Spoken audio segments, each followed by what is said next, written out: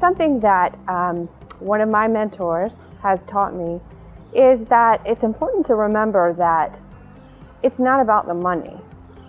It is about what the money enables. And so it's important that we view our grantees as partners, and that it's a relationship that we build with them over time. And again, the money is just the enabler. The nonprofits are the ones out there doing the hard work.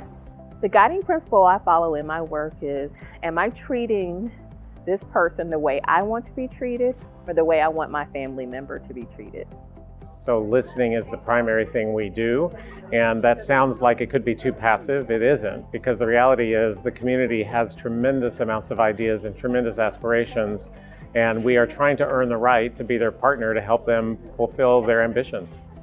We can try to find solutions, understanding that we're not going to ultimately find a solution, but we can, by patient work, by patient joining with others, other foundations, nonprofits, and other governmental entities, we're, I think, able to at least alleviate some of the problems.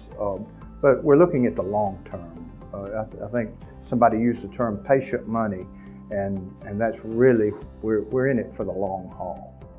As a foundation, we can't do it alone. We work with our grantees, we work with other funders, we work with other sectors, and I think the opportunity to really work with a large group of people to tackle a really complex problem is the best opportunity. Remember the individuals. That's the guiding principle I try to remember. I spend my day looking at a computer screen filled with numbers, but behind those numbers are individual families and people whose lives I impact by doing a good job. Well, a good lesson to pass on would be generosity. My oldest he'll be 18 this summer, and he started attending his first distribution meetings this year, and for him, I think it's an eye-opening experience to see the good that can come of giving to less fortunate, or to organizations that are out there to help others that can't help themselves. If you're entering the field and you're new, don't go it alone. There are peers around the South who are ready to help you, and Southeastern Council of Foundations is a wonderful place to meet up with people who are sharing the same challenges that you're encountering in your work. Network, network, network. It's all about the relationships, knowing people, learning from people, immersing yourself in the issues through other people's eyes.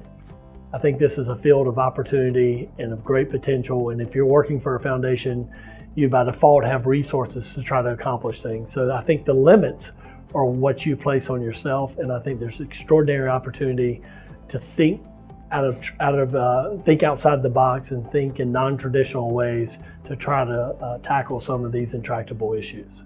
And I would tell them to think that way, to read and learn and speak to people and learn from others. My advice to someone new in the field is be curious and have the opportunity to learn from the people that have been in the field. They will share everything with you. Just ask and engage. Bring your authentic self to the table. Be who you are. Because if you're in the role, then you have something special and unique to contribute to the common cause and bring that gift to all of us. I think the lesson I would hope that people that follow us will recognize is that change is okay. That I think probably the greatest risk to foundations is not being comfortable with changes, because if we are indeed trying to respond to the needs of our society, the needs of our states or our cities, those needs are going to be different. They're going to change dramatically with each coming decade. And for us to be too locked into place, too rigid about what we do, will be a major mistake in my opinion.